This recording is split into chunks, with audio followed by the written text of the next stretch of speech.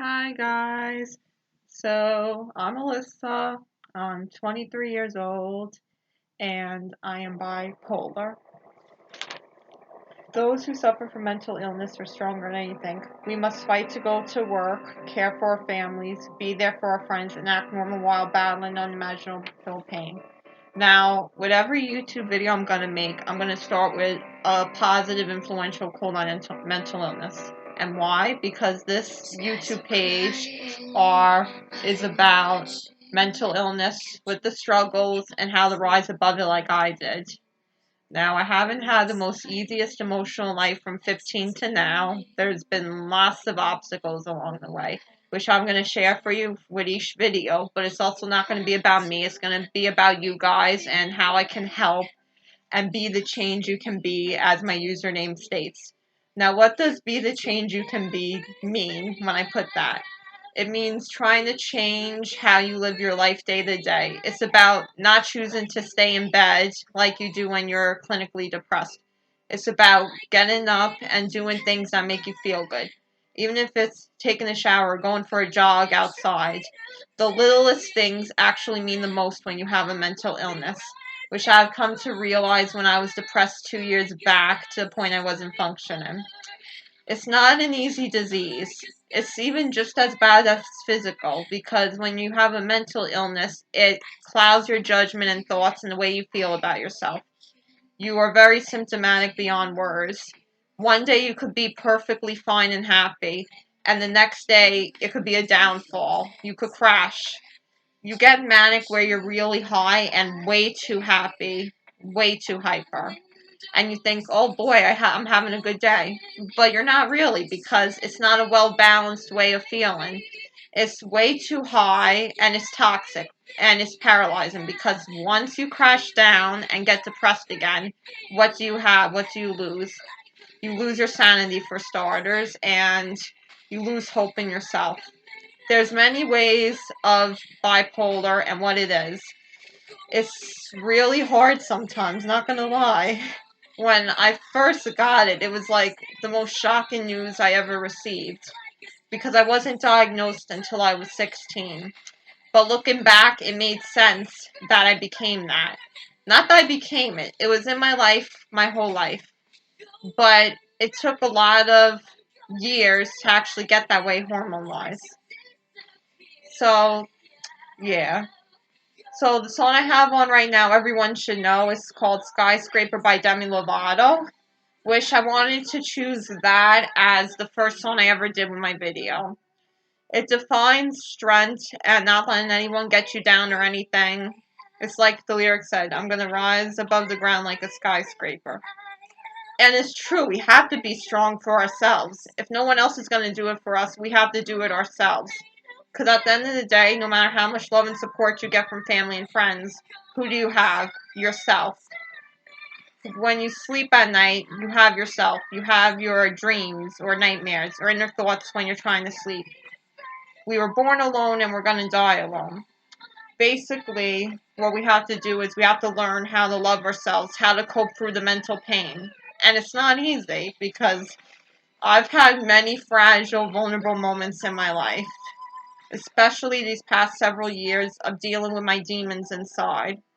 Because believe me, my symptoms I deal when it's angry, my symptoms when I'm depressed, when I have suicidal thoughts, when I'm manic, they're demons. They're demons I'm fighting, battling like a war. And it's really, really hard. And I understand, I could imagine, because statistically wise, there are so many more people nowadays with bipolar mental illness than there was back then. And at least now you can seek more help for it. They have they have therapy, they have psychiatrists, they have, the hospital to hospitalize, which ain't fun, but sometimes you have to go through that lens just to get help. And they have medication. But that can only do so much, because if you're going to listen and actually let the words sink in from therapy, then that helps. But sometimes you still have your self doubts, you still have your weak moments. So this YouTube page is going to be positive. I'm not going to just talk about the negatives. I'm going to talk about the negativity that goes on in your world when you have bipolar, how hard it is to keep up with relationships, your social life, how hard it is around your family to deal with this sickness, especially when you live at home with them, and about how you could fight through the pain you feel, through the isolation of not feeling like there's ever healing for you, and how you could cope with it.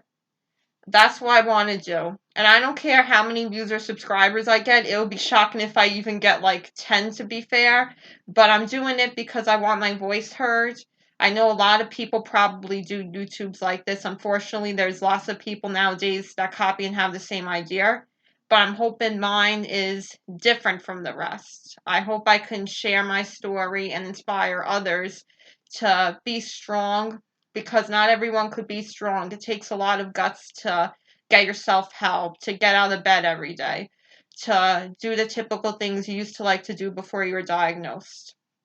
Now, let me get into my story because, like I said, I'm not going to get into every detail because a lot of it's personal stuff, but I am going to get into the important facts of it.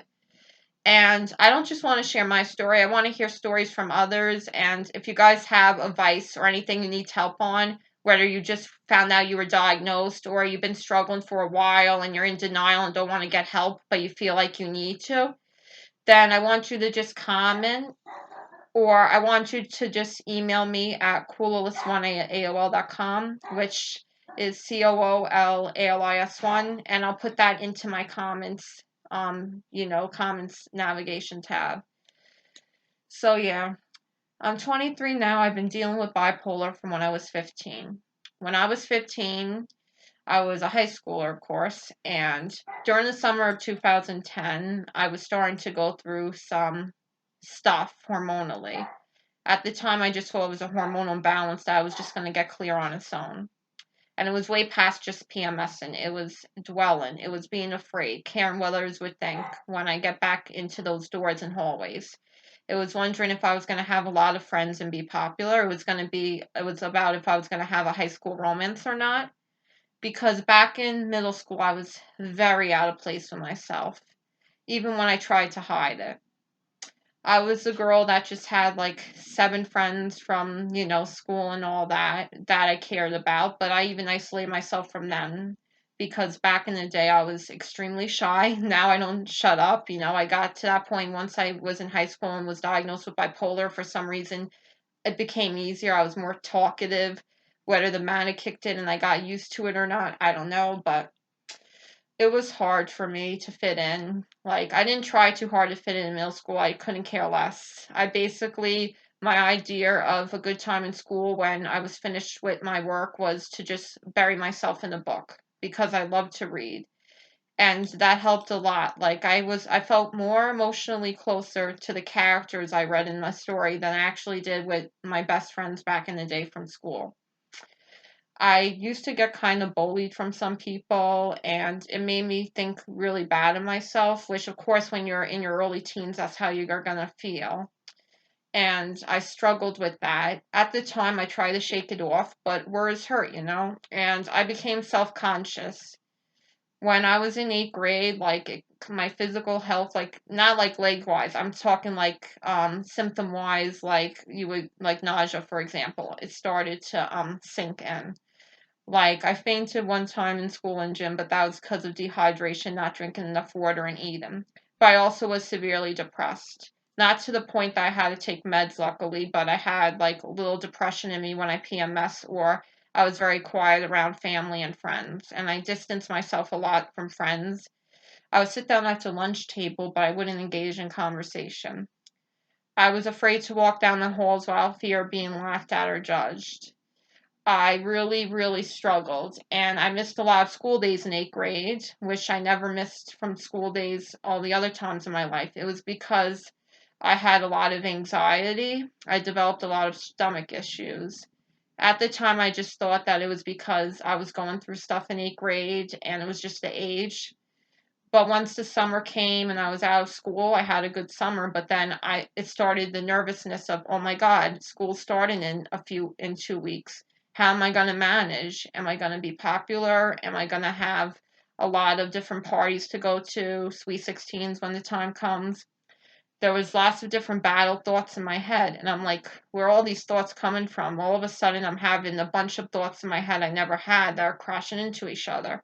I'm getting like very emotional easily, which I never used to before except when I PMSed. What the hell's going on here? So then when September came and I entered high school, I started developing a sense of paranoia that people were talking about me, which wasn't the case and it wasn't even there. But in my head and insecurities, I thought so. And I was like thinking to myself, yeah, this ain't going to be my year. I'm like, this ain't going to go well or end well. How am I going to survive in class with these people? Which is how I felt. And I tried to just stay clear of students. I felt like I was being talked about, laughed at, judged. I was basically doing the same thing I did in 8th grade, only difference it was more severe because I started getting symptomatic. And with that being said, I only lasted like 2 weeks fully in high school. And honestly, I hated it because of how I was feeling. I didn't like the way I was feeling. I felt like I needed to cry for help. And I also like didn't want to sit at lunch with friends. There were times I make excuses to get help in math just to stay with the teachers upstairs and talk to them. And I did vent a lot to the teachers and I probably annoyed them, but I felt like at times they were like my only friend and that they understood me.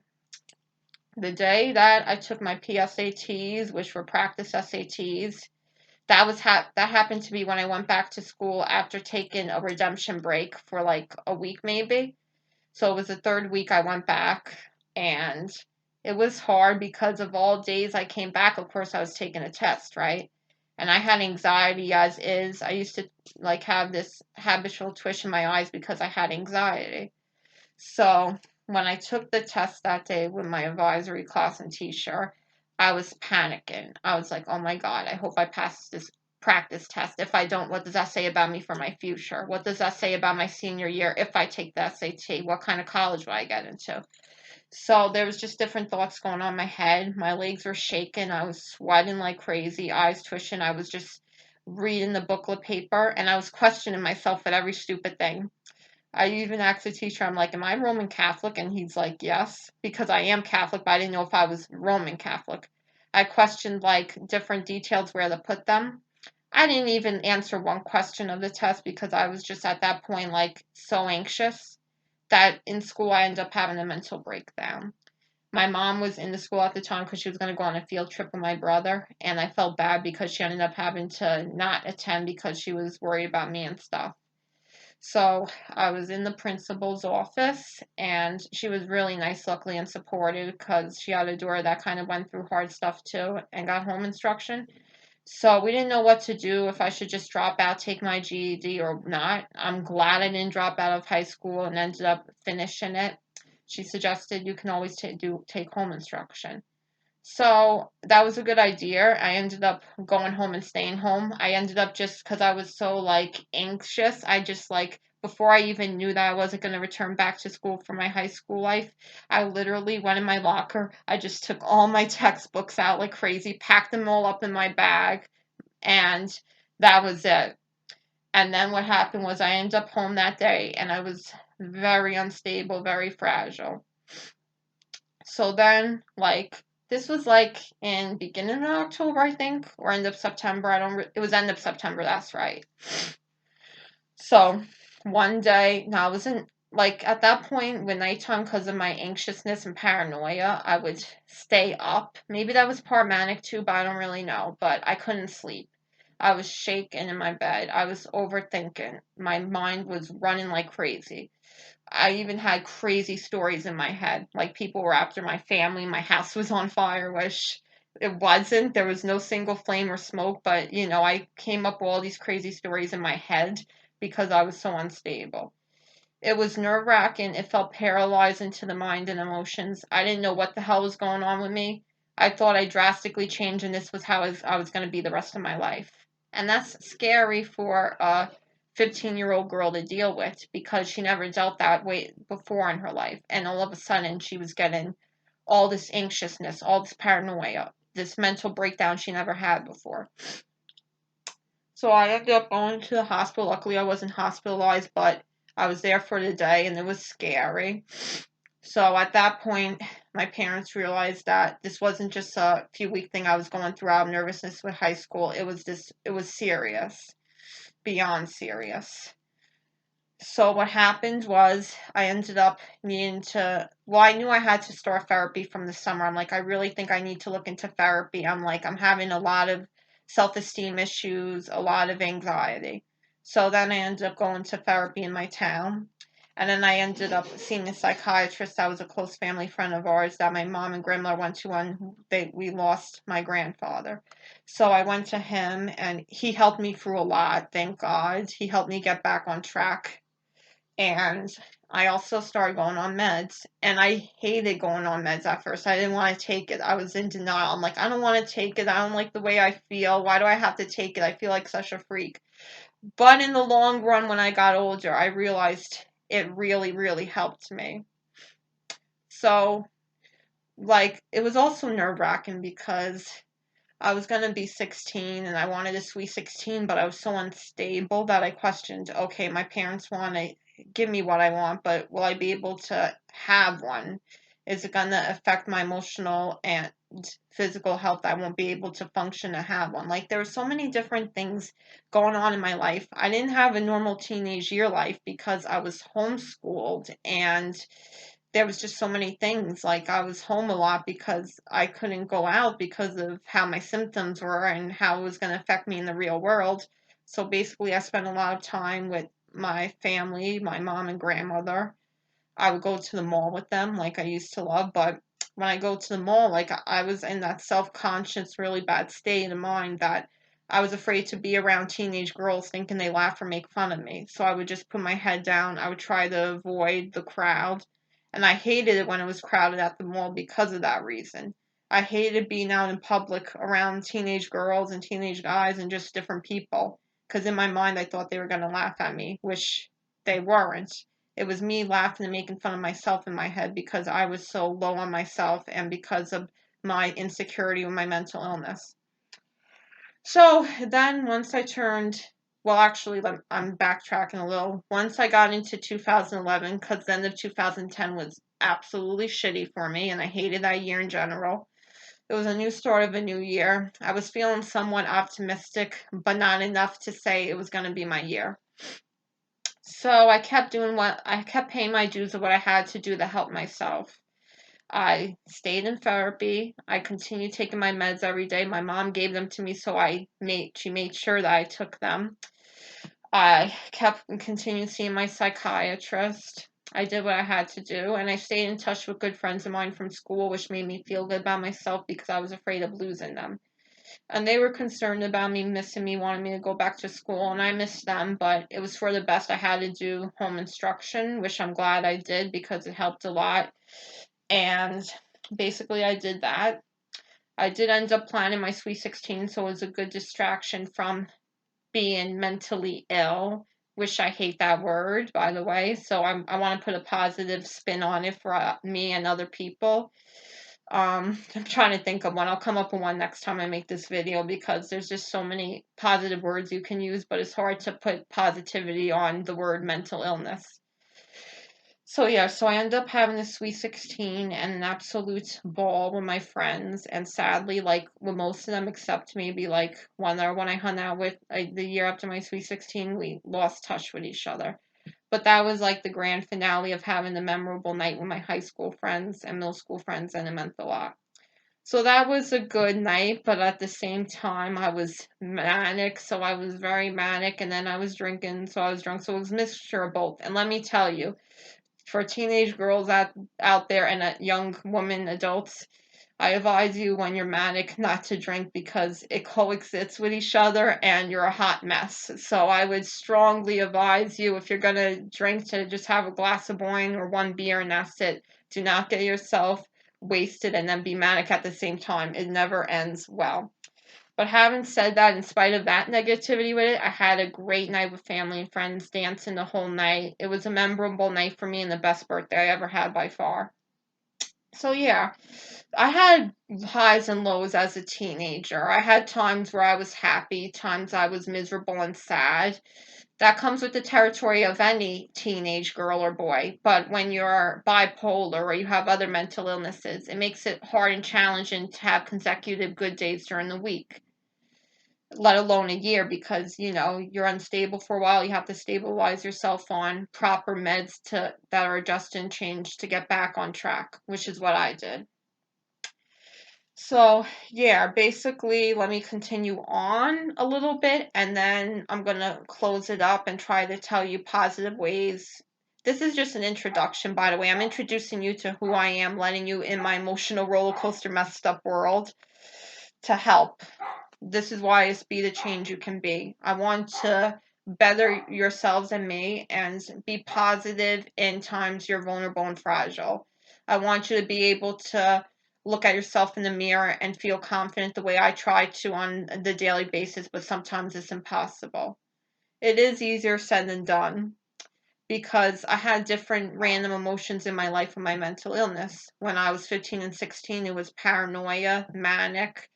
Then when I turned 17, it was depression.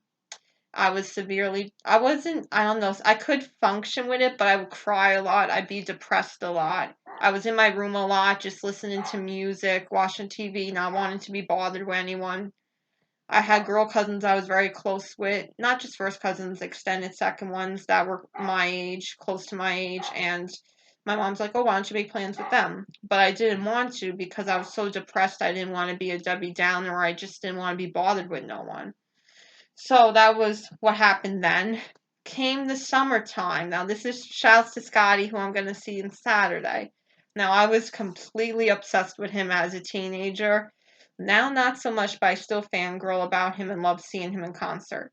But when this was August, because this was my first ever concert, I was seeing the Brad Paisley virtual reality tour with the band Perry and Scotty. So that gave me optimism and hopefulness that, things were going to come around for me. Now, Scotty on his fan club has a meet and greet thing, which most artists do. So I was on the fan club and I was like, okay, I want to request a meet and greet. It would mean a lot to me if I meet him. And of course, my insecurity and my mental illness with depression said to myself, Alyssa, you are never going to meet him. No way in hell. He has too many fans from American Idol and a lot of country music loving fans. There's no way you're going to ever meet him. So, having said that, you do a month before in advance. So I requested in July, and then come a week or two before the show, they notify you if you got the meet and greet or not. So one day when I was very manic, I woke up early in the morning at like 8 o'clock, and I decided to go on my iPod Touch because at the time I used that before I got my iPhone and iPad. So I went on to my email. I don't know, somehow subconsciously I just wanted to go on my email when I woke up. And I did, and guess what? I got an email confirmation saying, thanks for requesting Sky McCree meet and greet. This email confirms that you have a meet and greet. So I was in heaven. Right away, I let out a squeal, woke up my house, like my parents and brother downstairs, and I was just so happy, and they were excited and happy for me.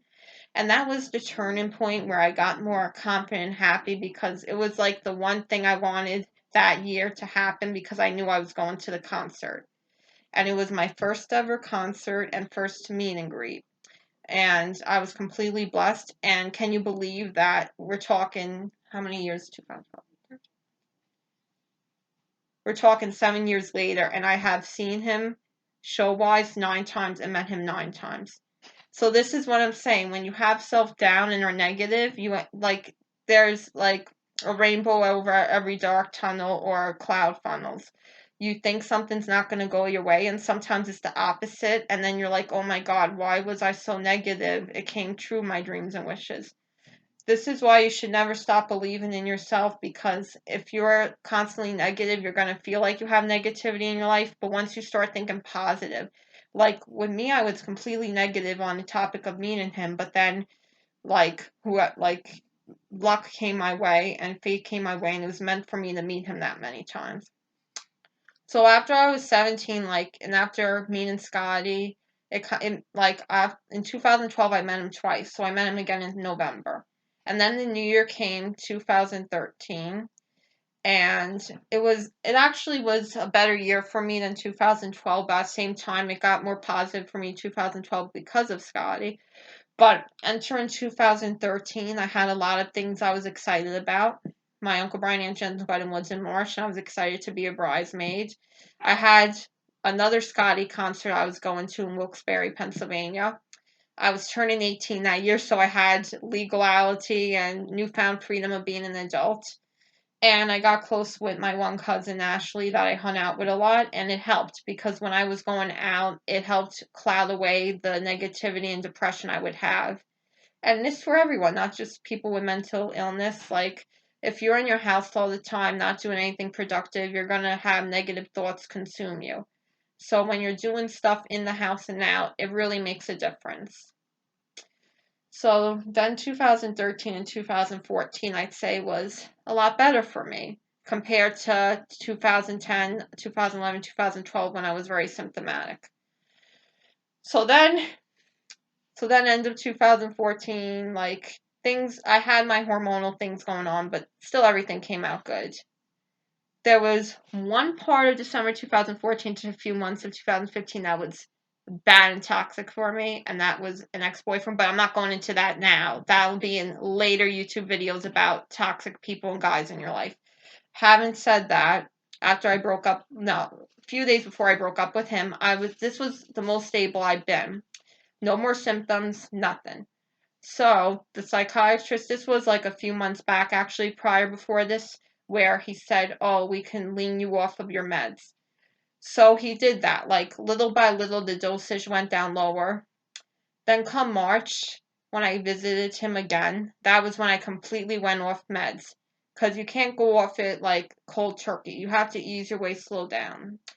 Because if you completely go off them, then you're doomed to have a relapse, a mental breakdown, and instability again. When you lean off in slow baby step pace and go off them, then you know that your stabilityness will be there and your head will still be level-headed and clear. And that happened for me in 2015. And honestly, that was the best year of my life because I thought I wouldn't stay on meds the rest of my life. I thought I'd be a hot mess the rest of my life. And then look at me. I got off meds. I stayed in therapy just to talk to someone when I needed it, which she helped a lot with that. And I stopped seeing the psychiatrist. And it felt so good. We thanked him for everything. It was a blessing. And that was the year I turned 20, so it was my early 20s. And my early 20s, like, starting that year, let me tell you, everything came into place. I became more confident in myself. I had more of a level grounded head, even with my symptoms still here and there showing, but I was stable completely. Felt absolutely great. You could rise above anything if you just believe in yourself. And I find that it helped a lot and made a difference because I got the help I needed before I was far too gone. So I felt I was beyond happy. That was my year to shine, my year to see that I persevered through a lot of shit and I got through it because I was a strong enough person to ride the wave. And it was a hurricane for a while, a couple of years, but then the storm calmed down and it turned into peaceful, nice waves. That's the way I look at it. So, having said that, 2015 was a positive year. 2016 as well.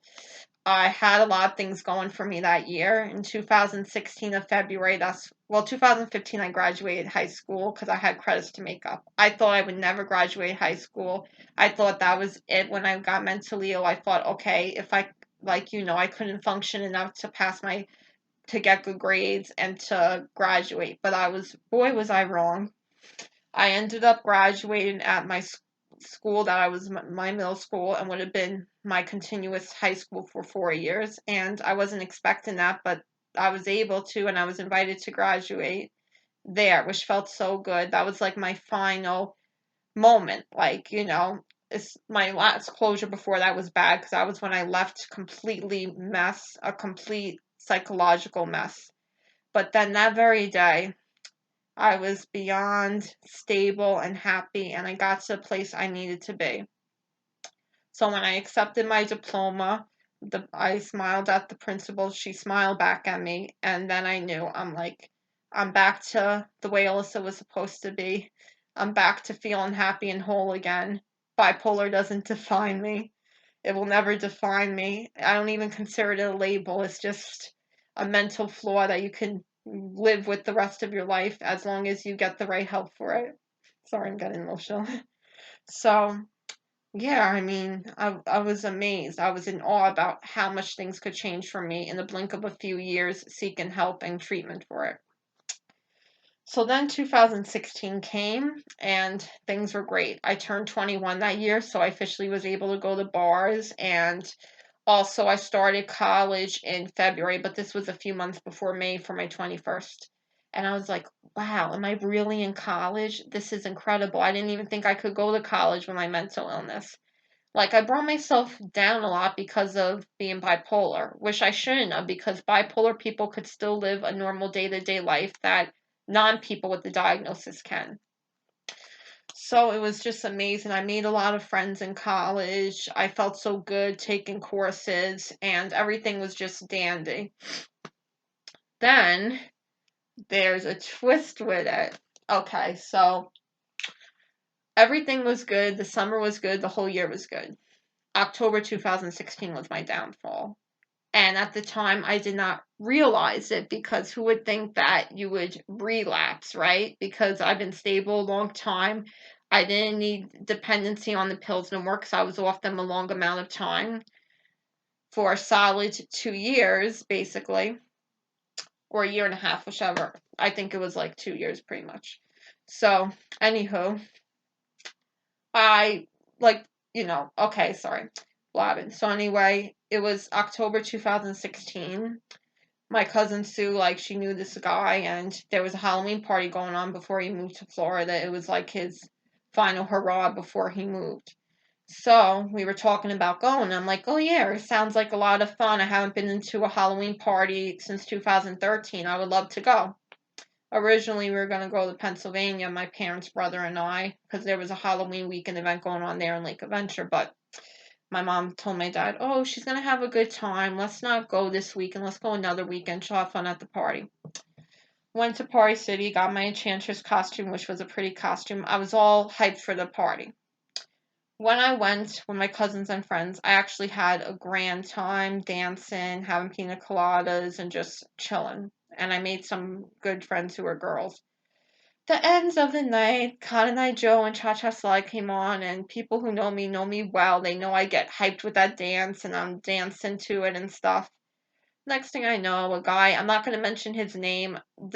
I'm not going to mention any names when I make these videos, only because I want them completely anonymous.